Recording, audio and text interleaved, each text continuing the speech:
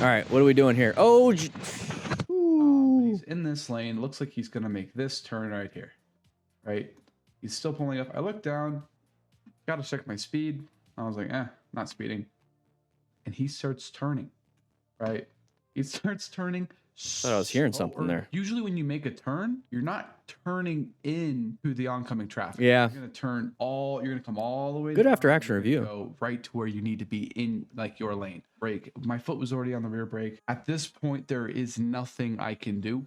This guy has just made a turn. And it where is he even going, bro? Like he literally turned so early. Like there's nothing there. Okay. Yeah. There's nothing there. Let's take a look at the actual incident.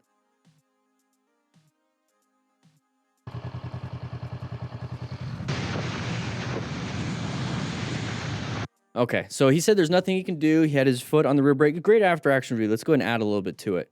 So foot on the rear brake. So your total stopping power is mainly 80% front brake, 20% rear brake. So if you do want to slow down, you're going to have to do really good front brake progressive braking. That's going to hopefully buy you some time, slow you down a lot more than just applying the rear brake. So maybe a little bit of a panic there. What else can we do? Remember, escape paths. It's not just braking, not just acceleration. We can swerve left or swerve right. Now, swerving right, we're going to be entering the area that's closing off where the guy is going. So you already kind of know that. So this is why we have to be quick. Okay, this is why practice, because in an emergency situation, you're going to fall to your lowest level of training. So this is why we practice our swerves. So he could have swerved left. Now, once again, there's a lot of different things that could have happened. You know, maybe this is going to happen no matter what, but we're trying to learn from it. So we could have swerved left, applied some front brake to slow us down, and then swerved left if we needed to. There are a few things that we could have done, and this is a common thing that happens to motorcyclists and other cars. And obviously, we were hoping that he was going to wait, right? But always anticipate. Overall, crappy situation. Not much you could have done, but let's see if we can get it right before the blur, so we can see the. Yeah, we didn't really swerve at all. We kind of just froze and applied that rear brake. It's hard to say because I wasn't there and it's not me. So you're gonna come already on the rear brake. Yeah. And where is he even? So typically when you see after action reviews, and I get a lot of flack for this. Typically when you see people do their own after action reviews, they focus on what the other person should have done versus taking accountability and be like, okay, what is it that I could have done? Now, it's one thing, go ahead and do like what they should have done. Yeah, they should have done this. They should have waited. They should have pulled out later, all these things. But it's like, you know what? What could I have done differently? And that's what we do here on this channel. We've put ourselves in the motorcyclist's shoes. We figure out what we could have done better. No shame, whatever it is. He's the one dealing with the injuries. But still, we're trying to learn from it. Bro. Like, he literally turned into him. All right, no, my motorcycle caught on fire. What a bad day I had. Okay. What are we doing here? Kind of slowing down. Something's happening. Oh, I see some smoke. Quickly jumped off the bike and assisted the fire. Just put the side stand down. Call it a day. Oh, geez. There you go. Side stand. Get off the bike. This is probably copyrighted music. Let's go ahead and do that. So, what's catching fire? Oh, fairing caught something. Melted, basically.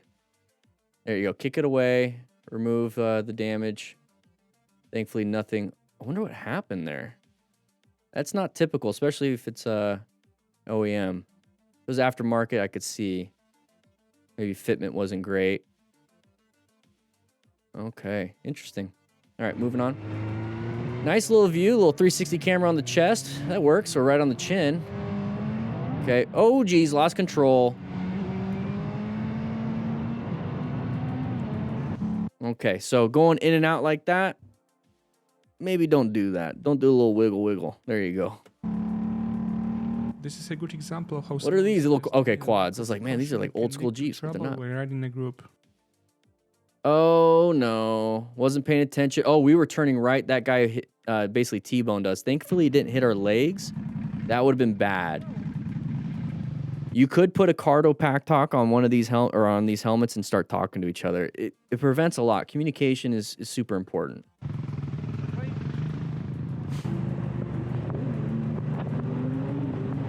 JC Rides. Let's take a look.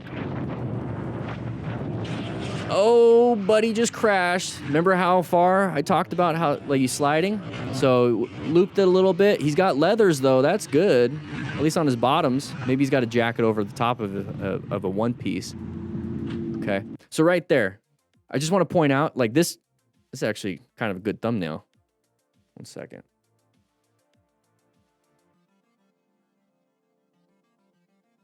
Okay. I want to point out this though. Because that, I mean, that's that. So if you are like, if you need to do like a stop and you need to like turn off your bike, I get it. You don't need to reach off your left hand to turn the key. You can grab your right finger, your right thumb, and hit that button right there. It's the same thing. It's the engine shut off. This will turn off your battery. It'll shut off the engine and turn off the battery. This will shut off the engine. And then once you put the side stand down, then you can turn off the battery. This way you can at least keep both hands on the handlebars when you come to a stop like that. See that right there. But this right here, what are you gonna do? You gonna rescue your buddy? Yeah, hopefully you can. He's walking, that's good. Walking wounded's good. Gonna lift the bike up. Oh geez, it's peeing. It's not gonna run. All right, here we go. Martin Prager. That's the name of the guy. Him off guard in the corner, and which ended with an unpleasant 2017, it says right there on the bottom. Interesting. fall for him. Oh, did our buddy hit us?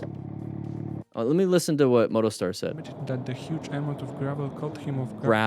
Gravel, yeah. With an unpleasant fall for him. A little bit of a gravel issue. It can happen. It happens. We weren't going fast. If we were going fast, it would have been a lot worse. It was just a fall versus a fall slide off the mountain. So it happens. Watch out for gravel. I wanted to figure out how he did that. The GoPro, or not the 360, because I want to do that on my bike. Anyways, here we go. What do you think? I'm just going to guess. What's that pattern called, everybody? Might as well take it as an opportunity to refresh a pattern. Write it in the chat. Write it in the chat. What's the pattern that we typically see? That we see open lane patterns, right? Okay, side of the vehicle. It's the side of the vehicle. Side of the vehicle. That indicates that there is an intersection and a possible path of travel violation. Possible path of travel violation. They watching me. Come on now, lady. Come on now, lady. Come on, man. What? Why were we slowing down? Why were we slowing down? We were 35. I mean, got my blinker on. Oh, he's turning left. Okay. He's turning left. Come on now, lady. Come on now, lady. Come on, man. What? He did good, though. He did good. So here's the thing. What I like about this, he is turning. He has his indicator. He's even talking about it, right? Instead of fighting to get inside, to put himself in a kind of a dangerous position, he missed his entrance, and he's going to go to the next one. So think about doing that on exit ramps. If you miss it and it's too dangerous to kind of cut across, you're like, oh crap, it's coming up. Go to the next one. Don't rush across. Okay? So this one right here, good job. He saw it, too dangerous, gonna go to the next one. I want you guys to do that. Don't put yourself in a bad spot. Come on now, lady. Come on now, lady. Come on, man. What? Don't put yourself in a bad spot. Very good. I like this. I can't even because the lady kept coming out. What's wrong with you? It's fine. Yeah, it's fine. Don't get angry. That's another part is regulate some of those emotions, okay? It's okay. It's not a big deal. Oh, geez. Good job with the brakes on the scooter. That's an interesting illegal U-turn. So we're passing on a double, though. So, I mean, like, overall, this is just a bad spot here. Everything's illegal. But good job with the progressive braking. So if you don't know what that is, I've mentioned it a little bit, is that you're going to squeeze that front brake a little bit. You're going to get a little bit of weight on that front tire, and then you're going to squeeze more and more and more and more and more. And you can do that quickly. First, start off slow, get that going, and then you can squeeze more and more and more and more and more quick, okay? Yeah, both at fault on this. But good job with the little micro swerve at the end. Handled it. Exactly, Kevin. Might be a few minutes late. If you miss the exit, we'll definitely be late if you have to get hip surgery. Or you're just dead. All right, here we go. Jay Sands. Roundabouts. I love these things. Watch out for anybody coming out and trying to hit you. Or low siding. Oh, geez. Okay, so in this situation, right? Remember escape paths. Got to find those escape paths, right? Intersections, corners. When you start seeing sides of the vehicles, lane splitting or lane filtering and everything like that, you're going to be in orange stage. You're going to be ready to act. Okay, so like I said, part of the MTC awareness stages. So here we're in orange stage. We are focused on hazards that could be coming out, and typically hazards, side of the vehicle, typically hazards are that people will come out in front of you. So when we get up to here and we see that they're not slowing down, they should be slowing down. You notice how they didn't? What you can do is, especially if we're in a tight corner like this, if we apply the brakes, we're going to fall in. An escape path is to go where you're originally planning on going and maybe accelerate a little bit once you get past that and then make that turn. Target fixate. So target fixate on your exit and then target fixate again. Adjust.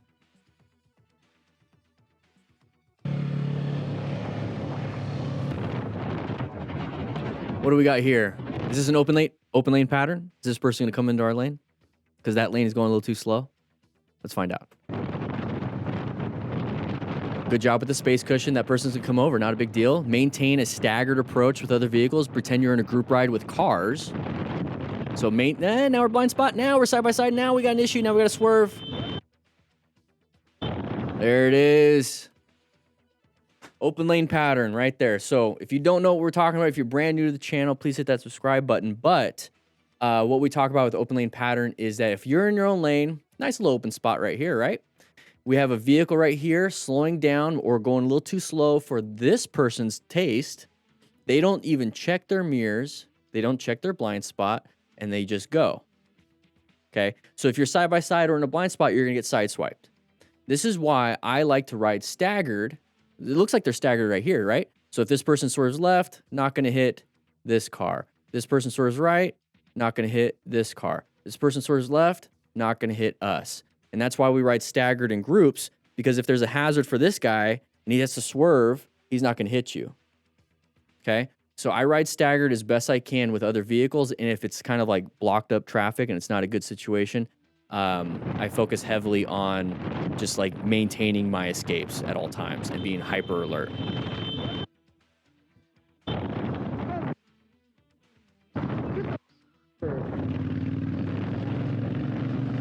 I got it on camera. It's all on camera. Use your eyes. Use your eyes. And there's no point in really arguing because like we know what's happening, right? So if you have an understanding of what's happening, you don't really need to argue it. You kind of know what's happening. They shouldn't have done it. Yeah. But I saved myself. I'm not a big deal. All right. We got a side of the vehicle right there coming out. What are they going to do? Nothing? Yep. Everything. Okay. So we're going to have to swerve a little bit right. Can't really see much. Don't know. But we probably applied the brakes, let them in. They wanted to switch all the way over to the left. Handled it pretty well. Oh, geez. This guy's badass. He's so cool. I bet all the ladies like him. Let me guess. He's... Oh, there it is. Okay, cool. Listen to Spotify. What is he listening to? What is he listening to? All right, anyways, let's go. A little horn. Lots of pedestrians. Side of the pedestrian coming up. Nope, just the car kind of pulling out. It wasn't a big deal, dude. Wasn't a big deal. Look how much room you had. Look how much room you had. Yeah, maybe they took your lane. But look how much room you have. No reason to get upset. I hope your hand hurts.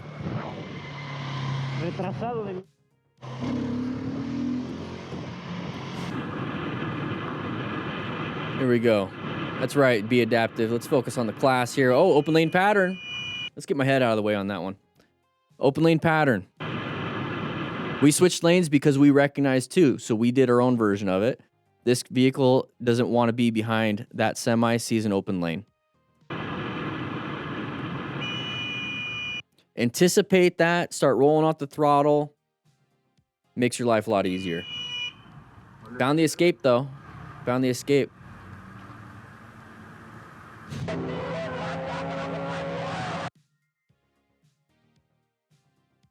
Somebody yelling? So they came out on us, not a big deal. I think it was more like an open lane pattern thing too. Let's take a look. So did we just switch lanes too? maybe. So they got in front of us. We're kind of fighting for the lane. And it's probably because that white vehicle is too slow for them. Okay, well, let's see what happens here. Thanks for the end card. I can't see anything. Okay, not a big deal. Thank you so much, Motostarters, for actually putting out a video. Guys, make sure you check out the store. Links in description for 20% off. Do these live streams every Thursday at around 11 a.m. Mountain Standard Time. I will be seeing you guys on the next video.